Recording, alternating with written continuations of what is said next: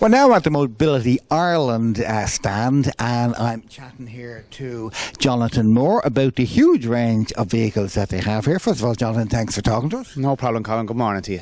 Lots of cars. A lot of them are van-based. I've noticed that. Is that the simplest way for people to have their car converted or their vehicle converted? There has to be a certain shape of vehicle in order for us to carry out our lowered floor conversions to enable us to create enough headroom for someone to travel in their wheelchair. So you will see they are kind of a minivan shape, but that's in order to get enough entrance height for someone to travel. What's the most popular vehicle for conversion? The Citroen Berlingo that we have here would be the biggest selling wheelchair accessible vehicle we have in Ireland. Now, do people knock on your door and say, hello, can I see your range of accessible vehicles? Or do people come to you with a vehicle and you convert it? It's a bit of both, Colin. We have a mobility assessment centre in Ashbourne in County Meath where you can come out and get the initial assessment done to see what conversions are necessary to have you been transported safely. Now, is it a standard conversion, or is it done to everybody's particular needs? 90% of it will be customised conversions to suit the individual's particular needs. Now, what are the different types of conversions that you do? I was having a look at some of the vehicles. Some of them are you open up the back door and the wheelchair goes in, for want of a better word, in the back. And you have other ones where there's a channel right up to the driver's station. So that's how the kind of conversions will be split. 50% would be passenger conversions and 50% for disabled driver conversions. So on the passenger side of things, the most common adaptation we would fit to a car would be a swivel seat, where we actually rotate the front passenger seat to allow easy access into the vehicle. On the passenger side of things as well, we'd also sell an awful lot of WAVs, they're wheelchair accessible vehicles, like the one we see behind us, where we have a lowered floor vehicle, rear entry access, and the wheelchair user travels in the back of the vehicle with all the 4-point restraint system and wheelchair or seatbelt system clamping the person down. On the driver side of things, the most common adaptation we would fit would be hand controls that enable someone to drive an automatic car without using their feet. They actually operate it using their right hand. The most common would be push and pull hand controls, where they pull it towards themselves to accelerate and press down towards the ground to actually brake the vehicle.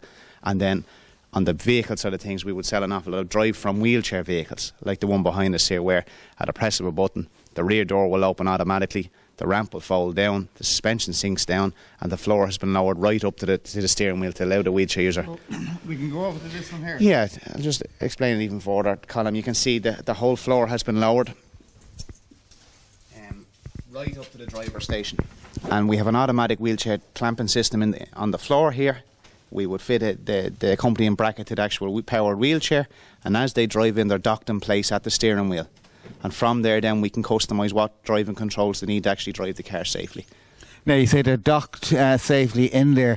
Can the wheelchair user do it themselves, or would they need an assistant? This is complete independence. All of this works at the press of a button at the back of the vehicle. When they dock in place, it locks automatically, and to release themselves they just press a button on the dash to release the actual docking station. So that's driving in with a wheelchair. Vehicles that can be converted for people to drive by getting out of their wheelchair. If they're able to transfer into the vehicles, we would leave that to themselves as such. All we would recommend is that a disabled driver would go and buy an automatic car. Once they have an automatic car and they're able to transfer in, we can fit the hand controls to operate the foot pedals, the brake and accelerator. Then it might also require different steering aids to actually help steer the vehicle. One of the most common things we do as well is called an infrared system, where if someone was, found it difficult to work the secondary functions of the car, the lights, wipers, horn, that kind of stuff, we can actually put on a touch tone pad on the steering wheel for them, that as they're steering they can work these things. Now, no doubt these are very expensive. Are there any grants available? The system in Ireland is called the Primary Medical Certificate. It does entitle a qualifying member to avail of the VAT and VRT of the purchase of a new vehicle. They would also be allowed to have free road tax on the vehicle. They're able to claim excise duty back on any fuel used, and every 2 years they're allowed to purchase a new vehicle if they want to. So the government is looking after us that way. Yes. Jonathan, a wonderful display here, and thank you for your time. No problem, Colin. Nice to meet you. So the Citroen Berlingo is the most popular converted vehicle for wheelchairs. So rather than just talk about it, we'd like to see what it's like to put a wheelchair in the back of it. So I'm going to step away and hand the microphone over to Jonathan, and between himself and his assistant, he's going to show us how you get a wheelchair into the back of a Berlingo. So take it away, Jonathan. Thanks, Colin. So I have my colleague here, Owen, who's going to demonstrate how the actual Citroen Berlingo wheelchair accessible vehicle works. First of all, we open up the rear of the vehicle. There is a two-piece foldable ramp in the back of the vehicle that folds out. And as you can see with the lowered floor vehicle, the gradient of the ramp is very, very gentle. The vehicle has been adapted with electric reels, which are two seatbelt straps that actually come out and are attached onto the crash tested point on the manual wheelchair. There's one either side.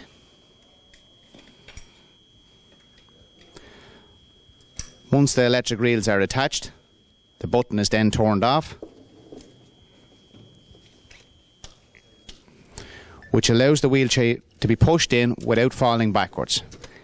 It's a retractable belt. So as the wheelchair user is pushed into the vehicle, the electric reels become the front tie-down point, and at the back then there's two Q-strain fittings to go on. These are quick release onto the floor. They're attached onto the crash tested points on the back of the wheelchair.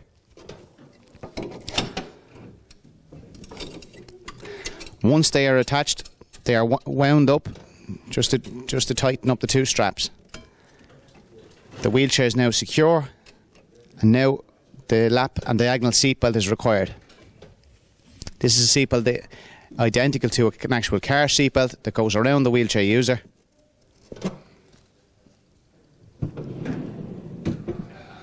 Which Owen will now sit in. I'll just demonstrate how it actually works.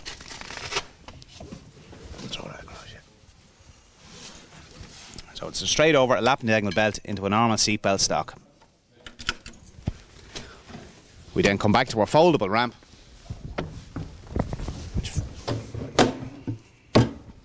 And the action is complete.